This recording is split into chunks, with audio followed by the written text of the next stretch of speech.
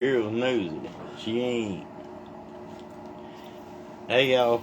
Oh, we talking about Becca and her nosy butt. She just had a little outburst.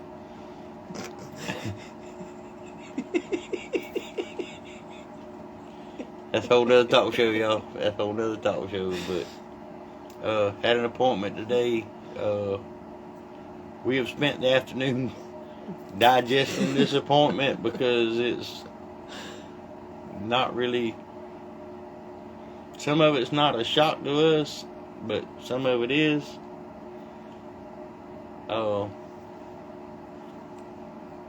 It's taken a lot of therapy to get to where we are. A lot of money. Some of y'all know we had a crisis last week. Becca was out front for about 2 days. She wouldn't turn loose. She just wouldn't let nobody out. Those of you that have subscribed to our YouTube channel saw her explanation as to why.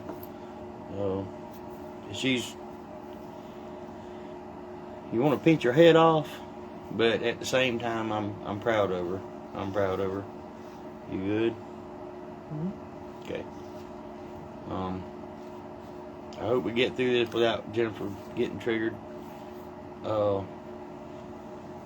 We learned that, and it was suspected maybe a possibility, and with this thing, that's the point of therapy, is to figure it out, learn what everybody's role is, and that can change at any time. Understand that, but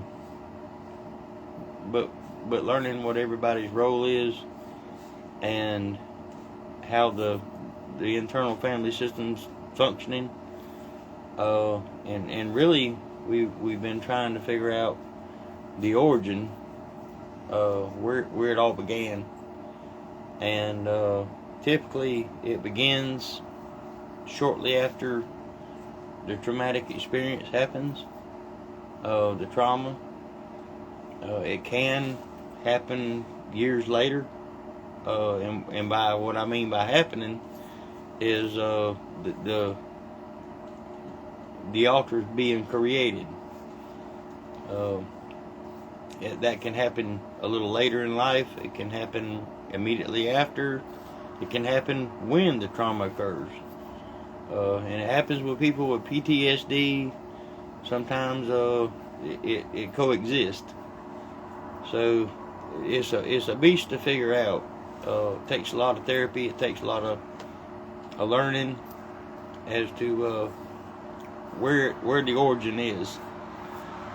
And it's a process of elimination for the most part, and that's why it takes so long. And it takes a long time just to get a proper diagnosis. Jennifer went 23 years, 24 years undiagnosed, or not undiagnosed, but misdiagnosed. She was labeled chemical imbalances, bipolar depression, everything, that you could possibly think of that they're go-tos, because most doctors, they're not familiar with D.I.D.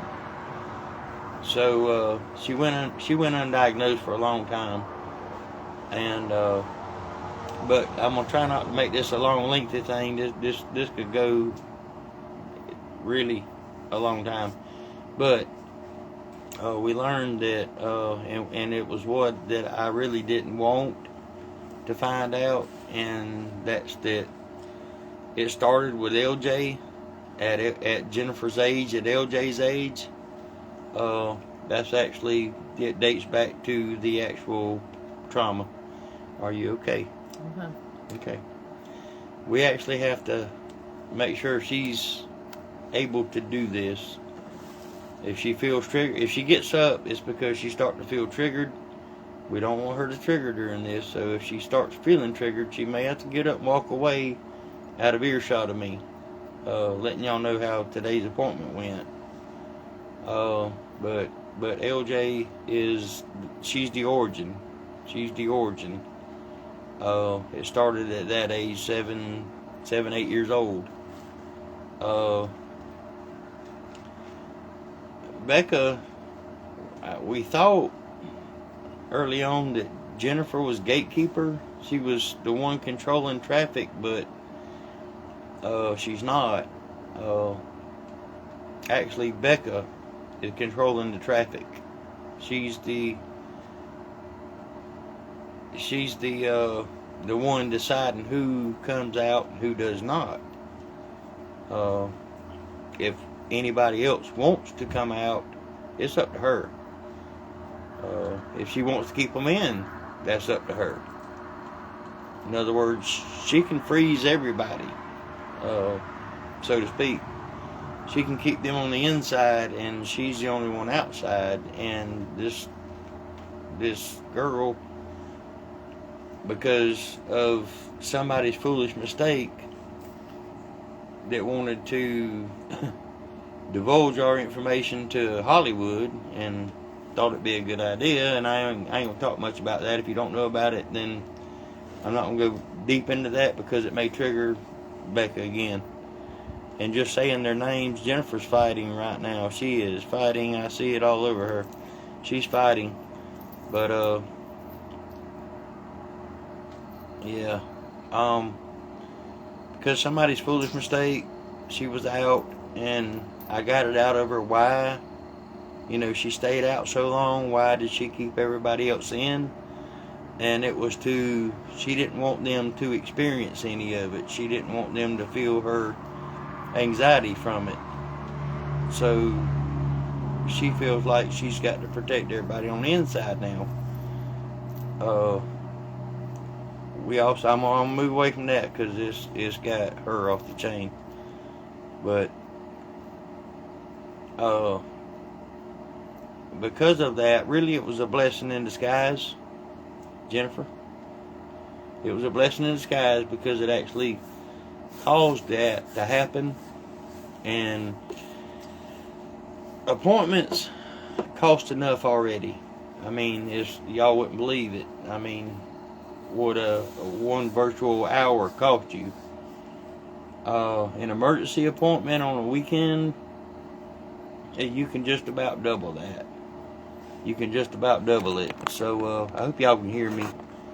If you will, Jennifer, turn that heater off because it may be interfering with my mic. It's not great. Get rid of that background noise. But it actually was a blessing in disguise because it did send Becca into lock everybody in mode. To her, she locked everybody out of the house, but really, in reality, she locked everybody in the house and wouldn't let nobody out. So we went through a couple of days of that, and I did ask her, why she did that, and she had a little bit of a meltdown, but she and I we had to come to Jesus meeting. Before you do something like that again, run it by me. I mean, talk to me anytime, and we'll tackle it together. We'll decide together. But she is actually gatekeeper. We thought it was Jennifer. Jennifer's not gatekeeper. We thought that Becca maybe have created the system, but that's not true either. Actually, LJ created the system, and Rebecca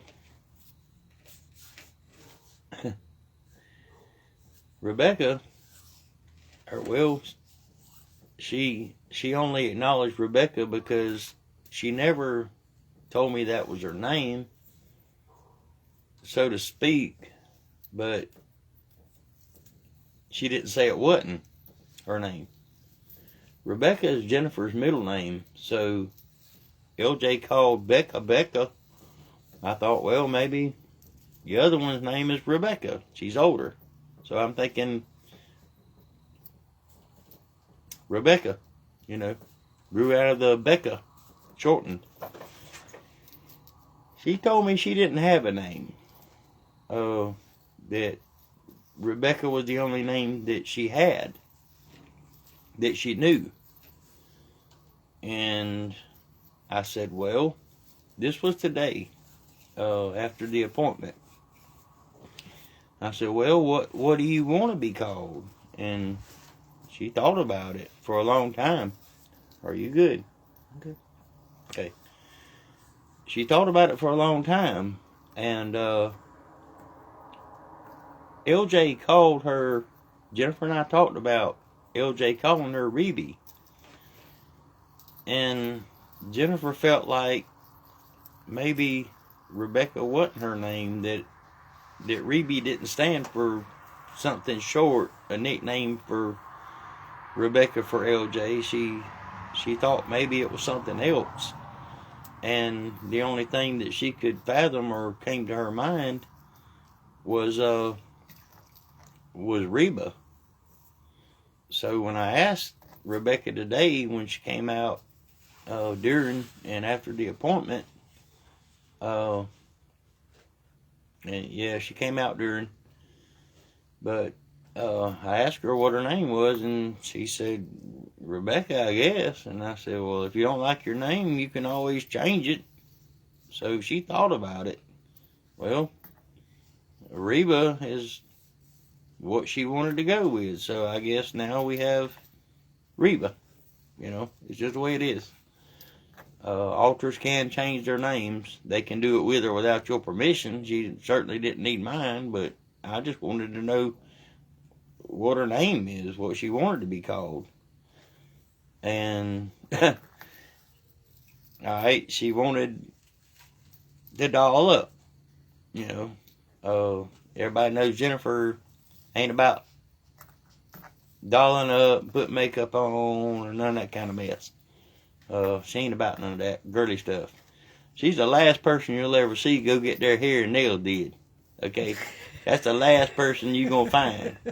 You're going to find Santa Claus getting his beard combed and his toenails done before you're going to find her in any salon or nothing. I mean, makeup or any of that kind of stuff.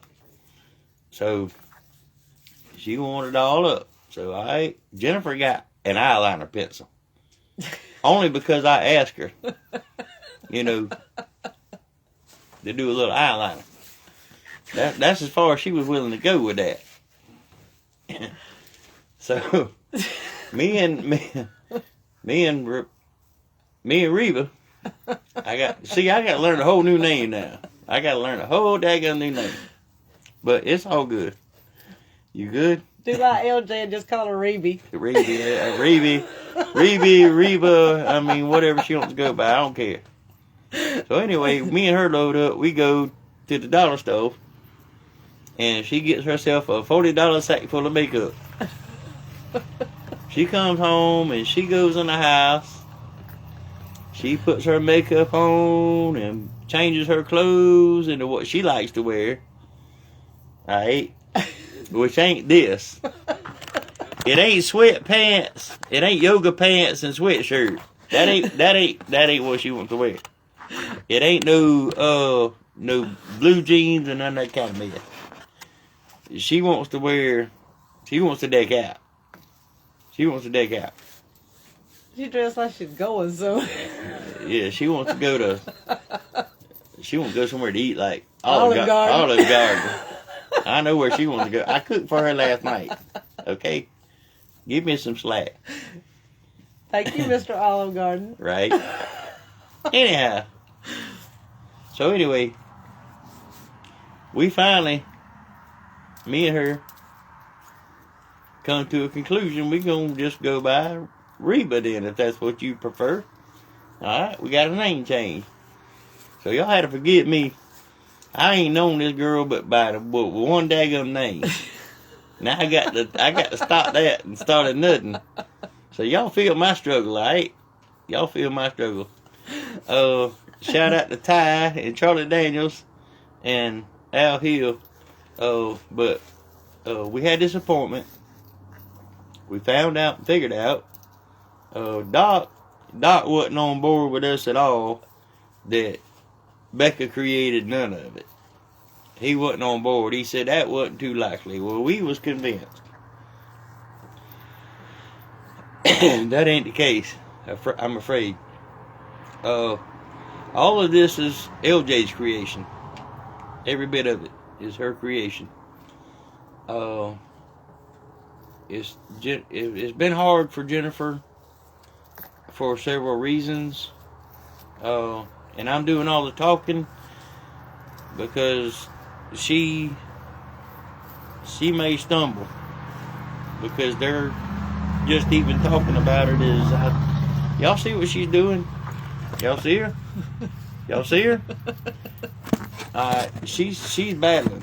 She's battling. She's fighting a switch right now. So I'm gonna do the talking. You might need to step away. Just a little while. You okay? Or, yeah, I think you need to give yourself a few minutes. Because I don't want you switching right now. Okay. She, I didn't want her to switch, and this would switch her. She's had a hard time, y'all. I mean, can you imagine for a psychologist to tell you that your 50-year-old self is an alter too? You are an alter like everybody else is. It hits her pretty hard sometimes. She cries. She wants to know, who am I? What am I? I don't know me. It hits her pretty hard. She's tough. She's tough. That's all I can say. She's tough. Imagine feeling like at 50 years old that you've lived your entire life and you have this psychologist dig around into your brain just to let you know at 50 years old that your 7-year-old you created the rest of you as needed. As time progressed, when she needed someone else, she created them. She created the Becca. She created the Reba. She created the Jennifer to fill a certain role. She created the male altar to carry that tomboy on. It's a pill to swallow. It's a real hard pill to swallow. And we asked the question, why? I mean, it's gone on since me and Jennifer's been together. And like I've said before, y'all have seen moments of moments of Becca and Reba, formerly known as Rebecca. Y'all have all seen them in moments, brief little pop-outs or whatever. But, I mean, we wanted to know what caused, Hey, Marla, how you doing, cuz? We wanted to know why did it become so pronounced that LJ would pop out in the grocery store, or she went public like that, and why Becca would I mean, we were on a job here a while back, and Becca came out for like 15 minutes. My guys did not even realize she was there, and she was interacting with them. She's talking to them, giving them crap. That was her. They didn't realize it because everybody has thought all these years that it's just Jennifer. No, that's not actually Jennifer. That's Jennifer's altar popping out. Rebecca being, formerly known as Reba, saying something totally out of character for Jennifer. Something at times borderline, I have no other word to say it, bitch. That wasn't Jennifer. That was Reba. So the question was raised today. Why now? Why are they so pronounced now? More so than they ever were. Why is Becca taking over the whole thing? Number one, well, she's gatekeeper. And she now has self-proclaimed herself as protector. So I got some work to do on her. And it's hard to work on these altars because sometimes they're only here for a 15-minute conversation and then poof, they're gone. So it's really hard to work on each one individually. LJ, she came out today, and I always ask her, first and foremost, is she happy? Is everything okay? Is there anything you need to tell me? Is anybody being mean to you? Hey, Miss Brenda, is anybody being mean to you? Baby, are you alright? Are you happy? And let me tell you something. There ain't a happier little girl ever walked the earth. She's happy. And I make sure of it. Becca, I do the same thing with her. I have a little different relationship with her. Because me and her can kind of kick it back and forth. Sometimes she gets a little bit too loud with her kicking it back and forth and says stuff she ain't supposed to say. And I have to, she's age appropriate, she has to act that way. I can't let her act the fool, because if I do, it's gonna trickle down to LJ, it's gonna trickle up. So everybody acts bananas. If I let her go bananas, if I let her say stuff she ain't supposed to say, it's literally my job to raise them right. Her and LJ. Formerly known as Reba. She informed us today that I'm not her daddy. And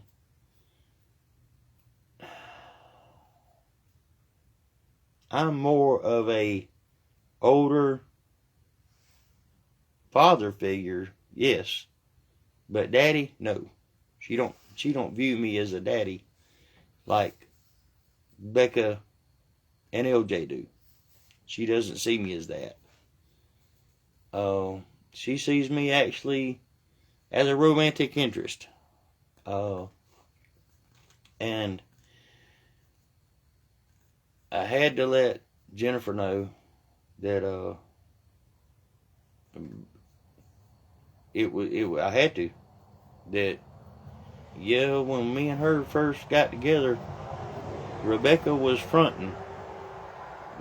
Actually, the very night we got together, that was almost 100% Reba, formerly known as Rebecca.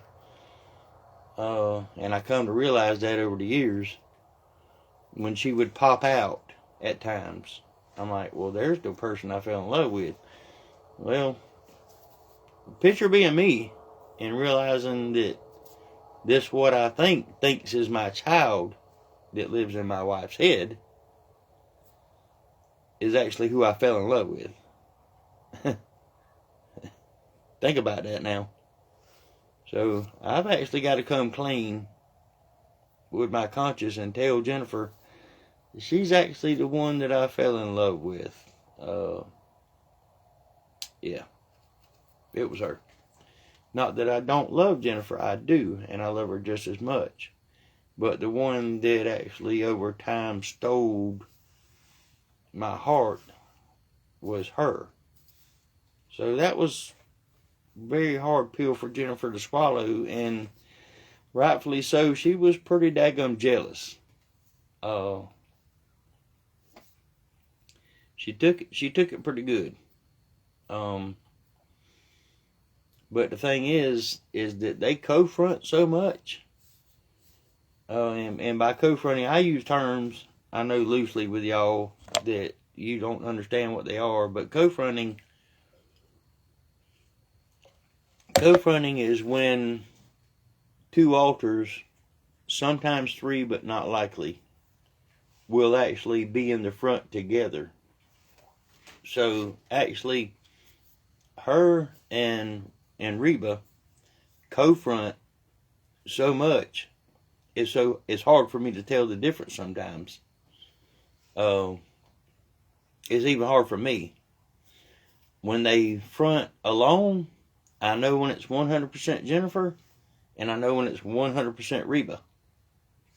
I know, I can tell. I can look at her eyes and tell which one it is. I can look at how she acts towards me, and I know who it is. I know which one's there. I think I've gotten past the part that may trigger her to this point. But yeah, that was kind of a hard pill for Jennifer to swallow. I mean, think about this. Think about being someone that has altars, and yourself is an altar. You know you're an altar. You have found out, well, I'm an altar too.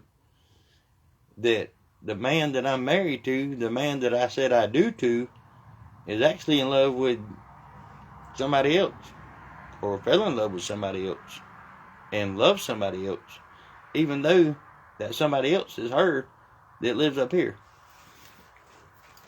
And Reba told me today that Jennifer is kind of like Mom, but she's not Mom. I said, well, are y'all twins? Are y'all twin sisters? I mean, what are you? What are y'all? And she's like, well, I mean, I don't know. She's Mom, but she's not Mom. She didn't know. She didn't know how to tell me what they were to each other. I don't know the relations. Becca, she's Mom. Straight up, she's Mom. LJ, she's Mama. But, and we found out that the other two altars, are actually, and I've known this for a long time. You good? Okay. One of them actually, she has an actual male altar. Okay. And we call him Rusty. He told me whenever he fronted last, and it's hard to catch him. He's like once a month, if that. Not very often. Because he don't stay out long. I mean, it's hard to catch. I mean, he'll front for like a minute and he's gone. Poof. I mean, he's in and out. Like, when he comes, he goes just as fast. So you don't really get time to talk to him outside of, dude, what's up? That's it. And he'll, or he'll pop out of her with, dude, did you see that stupid shit? And he's gone. Well, time he popped out last time, I was like, what's your name? He goes, I ain't got one. Call me whatever, I reckon. I ain't got a name. I said, is it Rusty? Like, whatever you want to call me. I don't care. So, Marla, she's got 7 that we know of. And Rusty, like I'm speaking about, is more or less a fragment. And what fragments are is, I explained the co-fronting, which is also called co-con, co-conscious. Her and Reba will be co-conscious together. It's like the two of them walking side by side, if you will. Like Jennifer said, it's like she's on this side, Reba's on this side. So they're co-conscious then. Rusty's what's called a fragment. He's a fragmented altar. Rusty has one job and one job only. and that's to carry on the old tomboy, the dude side. As in, he's actually Becca's twin brother. He's the dude Becca, if you will. When Becca started getting older, can't be the tomboy, dude, chick, she creates tomboy or Rusty, somebody to carry that male part. So that's where, and I guess I'm gonna call him Rusty because he don't care what I call him. But he'll pop out every now and then, and he's popped out on people in the past. Used to, if you ever been around Jennifer and she was like, I mean, really intense about being a dude trapped in a chick's body, that was Rusty talking to you. Because I was like, and I'm not aware what's going on yet. Fully aware. I know there's more than one of her. And I just told Jennifer when Jennifer was front, I was like, do you really have to just make sure everybody in God's green earth know that you're a dude trapped in a chick's body? I mean, did you have to do that? She didn't. Rusty did. I mean, that's the gist of it. That internal male wanted to make sure everybody knows that there's a guy in here.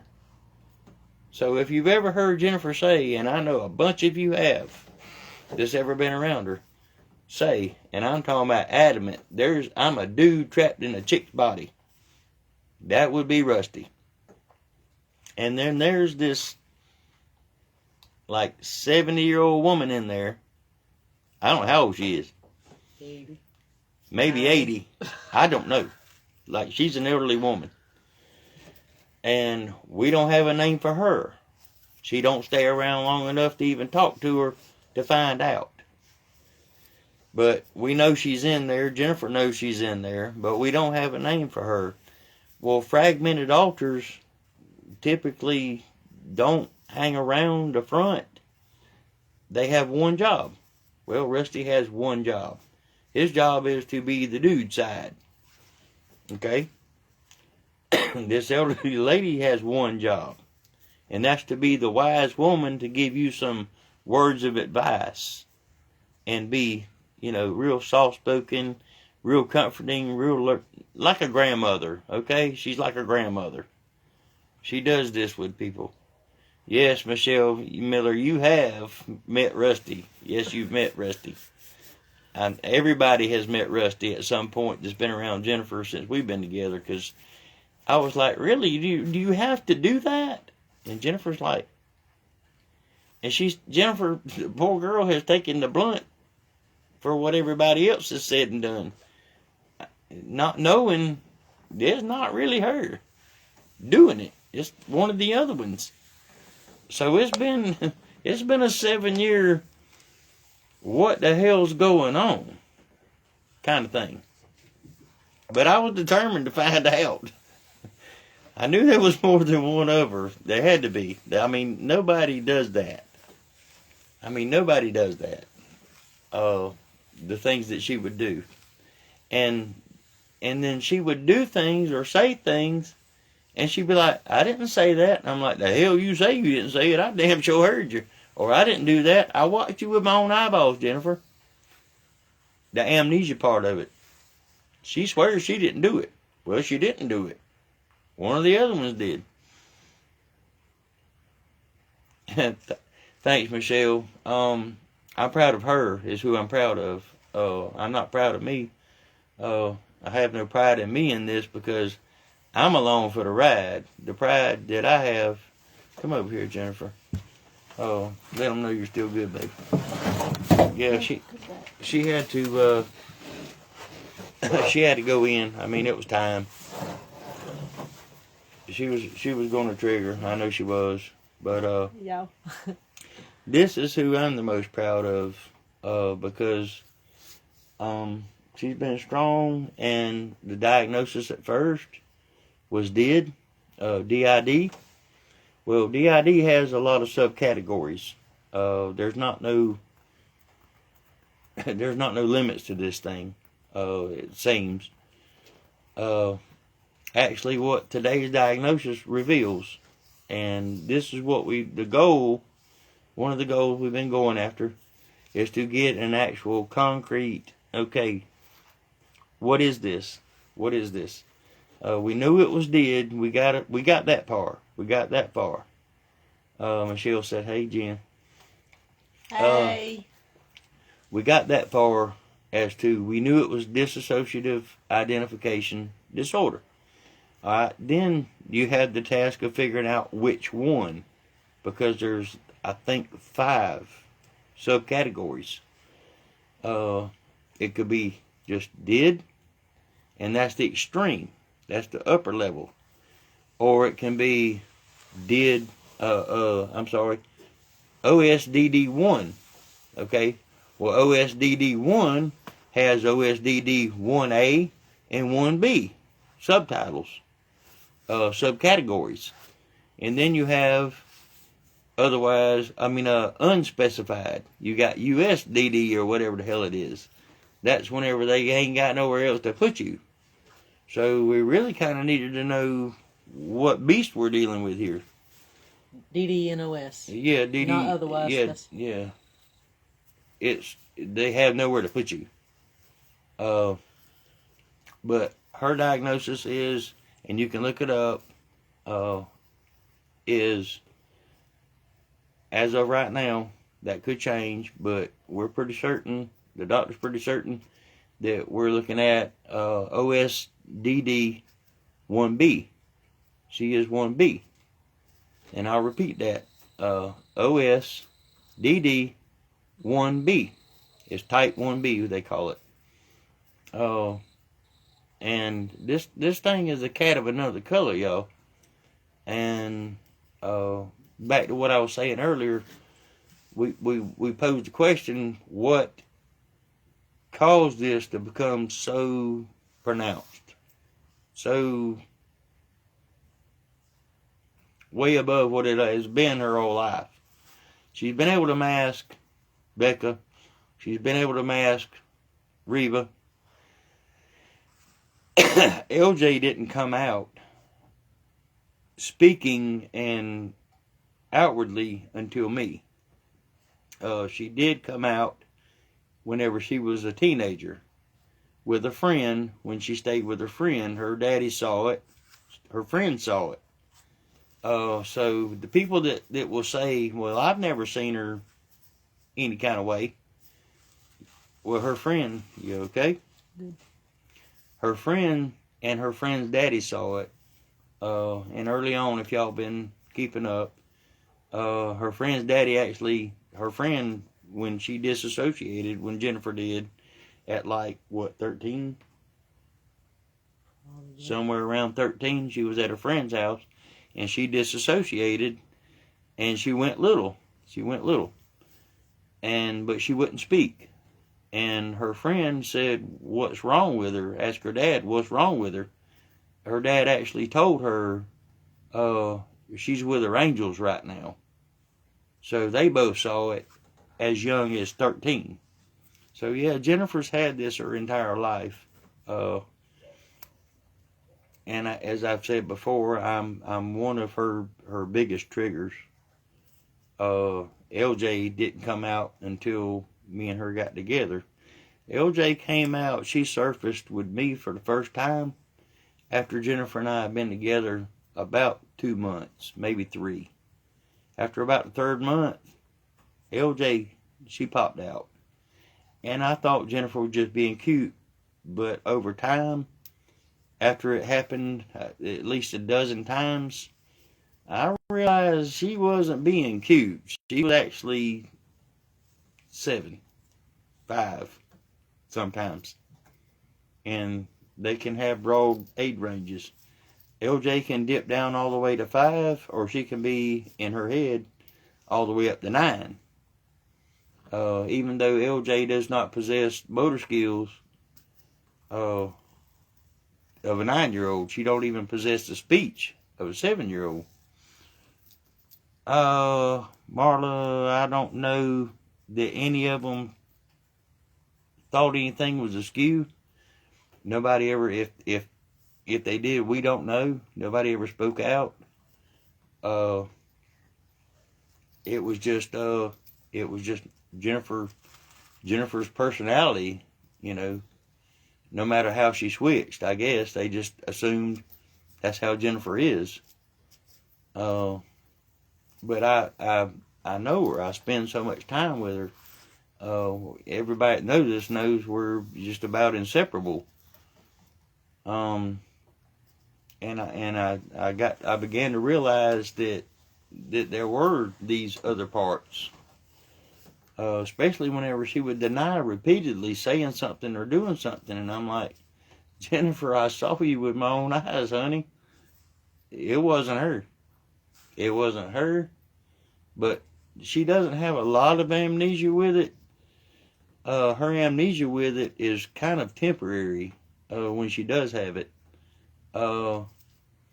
If I say something to refresh her memory, she'll be like, oh yeah, that's right.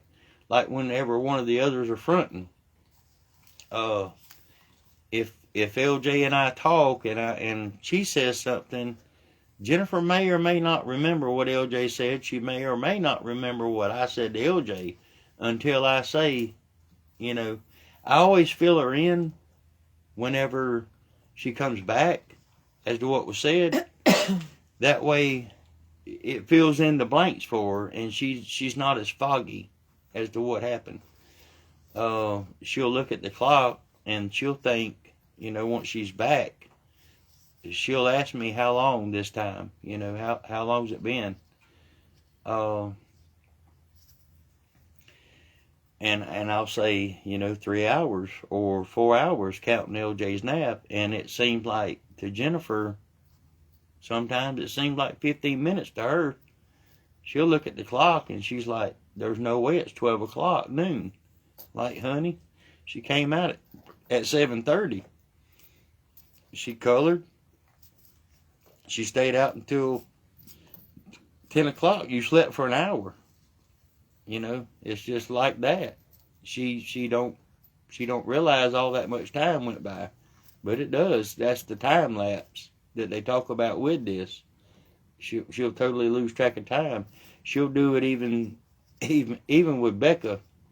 If Becca stays out for an extended period of time, 4 hours, it don't seem like 4 hours to Jennifer. She stays out for 2 hours, it seems like 30 minutes. So she loses time. But the only time Becca and her will co-front together too. The only time she actually loses time is if one is front by theirself. As long as they're co-fronting, she don't lose the time and she doesn't not remember everything. It's only when one fronts on their own does she lose time and does she have clouded memories of what actually was said and everything, or where we even went, or what we did, you know. And I have to remind her, you know, I walk her through it and tell her, you know, this is, you remember this and you remember that, and it'll start coming back to her. And the amnesia doesn't last. As long as I remind her and I walk through her. And the funny thing is that I will tell her, because I know she's absorbing some of it. I know she knows some of it. But I'll tell her, and she's like, yeah, I know. Now, I don't know why I'm telling you, because you know. She's like, no, tell me. Because some of it I don't remember. So I have to refresh her memory. You good? All right. But anyway, guys, basically that's the gist of it. There's a very strong woman sitting beside me. There's a lot of parts of this woman, but she's strong nevertheless. All of them together make her what she is, and make her strong as she is. And the the initial finding out what exactly was happening with her was a shock to her system and mine as well. You know, my system too. I mean, I'm like, well, what the hell, for lack of better words. But we talked about it. She cried, I cried, we cried together, we laughed. We started putting pieces of the puzzle together over the last 7 years. You know, things that have happened, things that have been said, and it all started making sense to us. So the very first thing she wanted to do was take what's happening with her, you know, her experience with this, and this was after LJ came out in the grocery store and had her little moment in the grocery store. I said, well, people's gonna, this may happen in front of somebody we know, and they're not gonna know what's happening. Michelle, you're very welcome. Jennifer, it was, you know, her decision. All of this is her decision, and just to even do this video, she has to get everybody okay and on board, or else it will throw everything into a loop. But she wanted from the start, you know, to get it out there, let everybody know. Listen, if I'm acting out of the way, or if I'm acting any kind of way, little little to big, and you're not knowing what's going on. And she wanted to advocate, you know, for, we didn't know anything about D.I.Ds. We didn't. It's formerly known as multiple personalities, but that changed because this is such broad spectrum. Multiple personalities don't cover it. Multiple personalities is one mind with multiple personalities. She is one mind that has multiple identities. So multiple personalities got scratched. So it's dissociative identity disorder. Best case scenario we can have is for her to integrate all the parts of her. That would be the best outcome for everybody, is to everybody integrate. And even though they can integrate, that really just means that they all front together, but they're not going to be they're not going to be combined in her head. She will always hear them separately, you know, in her head. They're not going to ever be one voice in her head. But they can conduct themselves and get along on a day-to-day basis and co-share this body as one. That's integration for her. It's what we're looking for. If it happens, then it happens. If it doesn't, then it doesn't. But she has to get to that point. And the thing about it is that every single altar has to be on the same page. Everybody has to want to integrate. It only takes one to stay separate. They don't want to integrate. They will stay separate. LJ could be like, I want my individuality. Everybody else might come together and she just stays separate. It's just, that might be a possibility. It might be. But she's strong. She's strong. She's just one of the strongest women I've ever known. And she wanted to, even though this is what it is, even though people would think whatever of her, she's crazy or loony or whatever, she's not. I mean, they won't even put you in the hospital for this unless somebody gets stuck. If LJ was to get stuck out front for 3 months or 6 months, they might consider putting her in. If I didn't have a way of tending to her, they might consider putting her in a mental hospital to get Jennifer back front. That would be the only way. And so far, there's not been that outside of Becca going into protection mode. So I mean, we're really worried about that. But she wanted to get it out there that this is something she has, and she also wanted to maybe let somebody else know that if you have something you're dealing with that you think everybody ain't gonna love you, ain't gonna support you, or is gonna think you're crazy, or whatever the case may be. It don't matter whether it's anxiety, it's depression, bipolar depression. I don't care if you hear hallucinations, see hallucinations and hear hallucinations. She wanted somebody to know that you can tell somebody. You don't have to suffer alone, because we talked about it and I said, I can see why people with something like this would end their own lives. I mean, I can see without love and support and feeling like you're all by yourself and nobody to talk to. I can see how somebody would think that's the better option. And that's not satisfactory. And it wasn't for her. So she went into automatic, I guess, Granny. We call her Granny, the old one, the old wise woman. She was like, you know what? I want to use this to help other people. I have this. I can't help it. I can use it though to help others. So even if she ain't the definition of I want to help other people in my own struggles, I don't know what is. I really don't. So LJ's gonna eat her bananas and yogurt, and she's gonna color, and Becca's gonna act like a clown. And I guess for now, until I can try to talk her into otherwise, me and Becca's pretty tight. We pretty tight.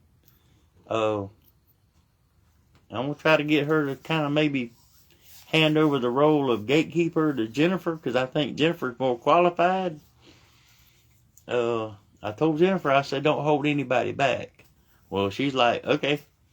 I wasn't, but okay. Well, maybe Jennifer might need to be the one to hold people back. We'll see how receptive Becca is to that next time I see her little clown. But Rebecca herself is a strong child. The fact that she wanted to protect LJ was her number one concern. Becca's number one concern when the crap hit the fan. She wanted to protect her. So LJ was the one she wanted to protect first and foremost. And I'm going to tell y'all something. That child smoked cigarettes like nobody's business, and her anxiety was off the chain. I had to keep poking medicine in her mouth. She's the only one with anxiety. Becca is the only one with it. LJ don't have it. Reba don't have it, formerly known as Rebecca. Jennifer don't have it. But Jennifer can feel when Becca's like trying to front, when she's anxious. When Becca's anxious and she wanting to front, Jennifer can feel it. And Jennifer can feel these switches trying to come on. She can feel them. And she knows whenever one's coming. No matter what, they're coming. Your head hurting? Right side of her head will hurt whenever one's wanting out. And I see her rubbing on the right side of her head. That's one of the indicators. One of them's wanting out. So I'm going to close this. This has already been hard enough for her. But that's what we found out today. We got the CBDs, the gummies, and it does help with her anxiety, Becca's. But she's also on prescription anxiety medicine, and I pop them in her mouth and she needs it. Bing. I dose her when she needs it, and but Jennifer takes her medicine, 5 o'clock every day. I think it's 5 o'clock, ain't it? 6. 6. 6 o'clock every day like clockwork. Another thing, before we even located a doctor that could help us, I asked Jennifer to start meditating. I actually had her meditating every day, at least 15 minutes. I removed every responsibility from her that I could. I cooked, I cleaned, I still cooking. She can't have cooking back, that's mine. I did the cooking. You can cook something else. Like coffee. Or chicken and dumplings. That's it. I cook everything else. But just so that she could spend time working on this up here. But I had her meditating and I had her doing affirmations every morning. I told her, I said, I want you to get 3 things at least positive to say about yourself in the mirror to yourself every day. Actually turns out Doc said she needed to meditate and she needed to do some positive reiteration to herself, like affirmations. So I was on cue right there with that. I'm gonna pat myself on the back right there. I already had her meditating. I told him, I said, listen, Doc, listen. I already had her meditating, and I already had her telling herself good things about herself in the mirror every day to build her up. So she already was on top of that game, and it's been working. It's been working, and she's doing all right. We had that little minor setback, and it was, I ain't gonna lie to you, it was hell on earth for about 4 days. It was like hell on earth. Crying, anxiety off the chain. It was hell. It was hell. But she's back where she was before all the dumb shit happened with whoever done that. Yeah, no, she's not. None of them's about no reality show. So we talked about it, and she talked with the internal family, and they was all good with, we could do a YouTube, but there ain't nobody sticking no camera in nobody's face, cause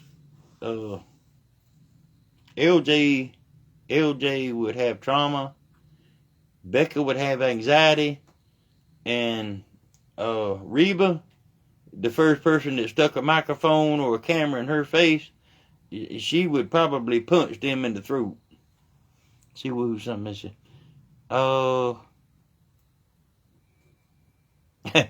You can't believe what? Reba, yeah, she'd punch somebody in the throat. But anyway, we love y'all. We're gonna go ahead and post this thing. Got supper to warm up. And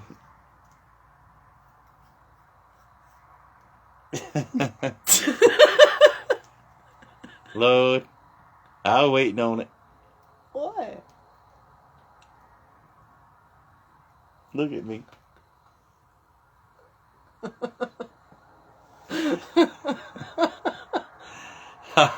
I've been waiting on it. Anyway, we love you guys. Look at her. I knew it was coming. I knew it. She held out long as she could, y'all. I swear. Look at. Alright. Becca. Baby, you got that right. We love y'all. Becca, tell them good night. Night. Yeah. Peace out, y'all. Hippie child.